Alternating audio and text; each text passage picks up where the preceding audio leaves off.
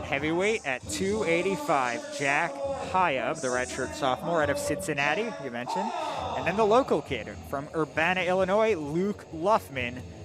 He's pissed off. I'll give him that, because he was 4-1 on the year before Friday night when he lost by fall to Gable Stevenson in less than a minute. Now, that's not exactly something you should hang your head on. Gable Stevenson might just be the Hodge Trophy winner. He might just be the best wrestler in the nation, not just the best wrestler at 285. But Luke Luffman still wants to prove that he is not just one of those guys that gets pinned by Gable Stevenson. He's one of those guys that can compete with Stevenson.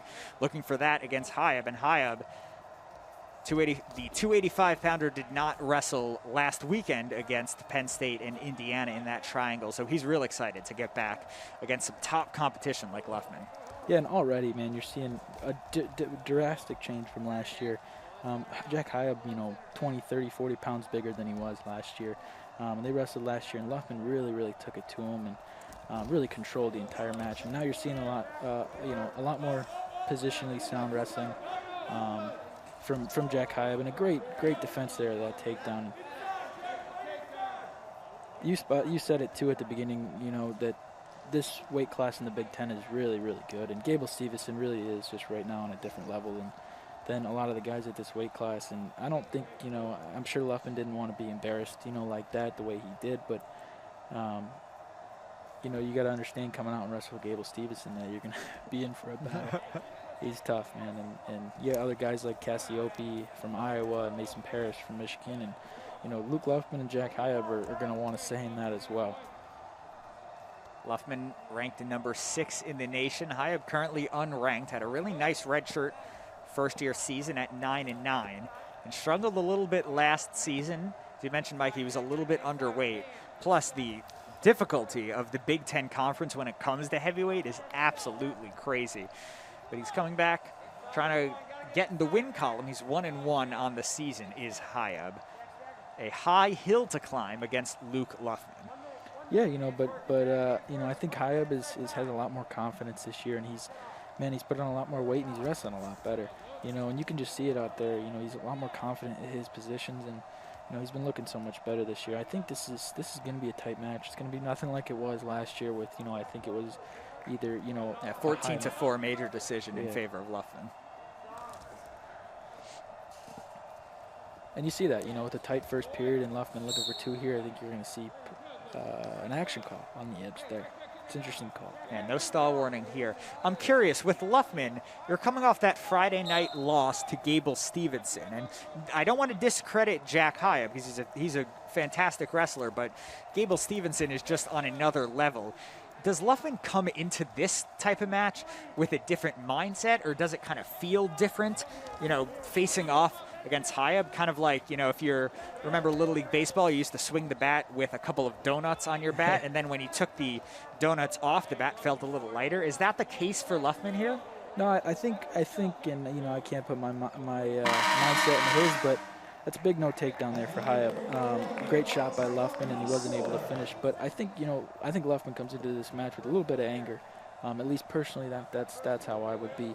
It's a real sour taste, and it's real recent, right? It was just a day and a half ago, 2 days ago. So I think he definitely has some anger and a little bit of excitement for this match. But man, I know Heyob has a lot of anger and excitement for this match as well after the tough loss last year, and it really affected the duel a lot. So he's hungry for this match and ready to compete.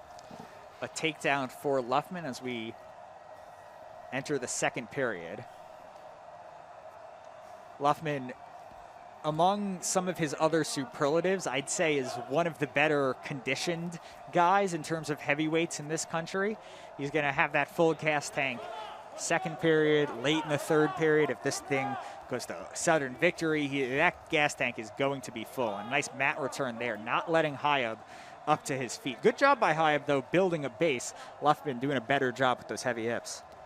Yeah, it's a big mat return, especially for these heavyweights. It's tough to get, other than speaking about Gable Stevenson, it's tough to get those mat returns. And takes a lot of effort, a lot of work, and Heyob needs a big escape here, right? And if you're Luffman, you got to continue to grind on top, or let him up and try to go get another takedown. But I think, you know, he understands that Heyob's a lot more game than he was last year, and he came ready to wrestle, and I think Luffman's respecting that, and he's going to go for the ride out here. Luke Luffman trying to put a cherry on top of a Illinois dual meet victory over Northwestern. This is the 85th all-time meeting between these teams. Illinois, after a win here, will be 50-33-2 in total against their cross-state rivals. Really loud mat return is the best way I could describe that last one, with Luffman just taking the 285er Jack Heyob back down to the mat. Yeah, and as you said, you know, obviously Northwestern with a ton of starters out, and Illinois gets Danny Bronigal back. But either way, you know, this is an important duel for both teams, and you expect your backups to step up as well. And Northwestern has left some matches on the table, left the door open. You know, Illinois left the door open a couple times, and Northwestern just didn't capitalize it, and that's, you know, why you're seeing the dual score you do. And, you know, Luffman's riding tough here with a couple big mat returns, and, you know, those mat returns are, you know, huge, and they affect your confidence, and they really wear the guy out on bottom as well. Luke Luffman finishing that period on top. And with a 2-0 lead, he'll try to take that riding time. He'll try to pull that riding time up, excuse me. Interesting choice by Heyob here to go down. I kind of like it. You know, he says, you know, hey, you know, you've ridden me a couple times, but I'm getting out. And here you see Luffman let him out. So great decision by Heyob. He gets a point there, and he's right back in this match. You know, he's got to keep the gas tank running, and, you know, like you said earlier, Luffman's going to keep on coming. So Heyob has to continue to move forward and, you know, be looking for those attacks. Luke Luffman with a strong headlock, and Heyob not quite in desperation mode here with under 100 seconds left in the third, but he should be looking for one of those shots. Definitely not the easiest task. A lot easier said than done to get a shot in on Luke Luffman. Now Luffman will look for a mat return as they step outside of the mat. Very, very close, and now they are finally out.